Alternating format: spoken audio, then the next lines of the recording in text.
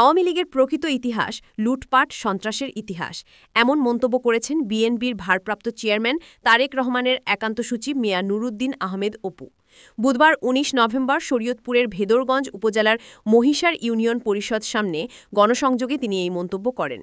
এই সময় তিনি বলেন, গত ১৭ বছর ধরে কার্যক্রম নিষিদ্ধ সংগঠন আওয়ামী লীগ অগ্নিসন্ত্রাস চালিয়ে এসেছে, এখনও তা অব্যাহত রয়েছে।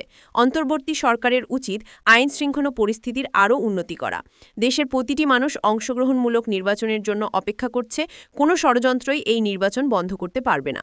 সাংবাদিকদের এক প্রশ্নের জবাবে তিনি বলেন, মানবতা বিরোধী অপরাধে আন্তর্জাতিক ট্রাইব্যুনাল ১-এ ফ্যাসিস্ট শেখ হাসিনার মৃত্যুদণ্ডের রায় নিয়ে মানুষের আকুতি প্রতিফলিত হয়েছে।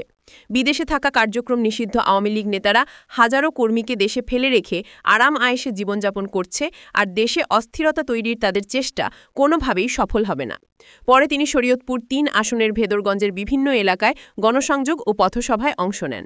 সেখানে তিনি তারেক রহমান ঘোষিত ৩১ দফা বাস্তবায়নের আহ্বান জানান এবং আসন্ন জাতীয় সংসদ নির্বাচনে ধানের শীষের পক্ষে ভোট ও দোয়া চান।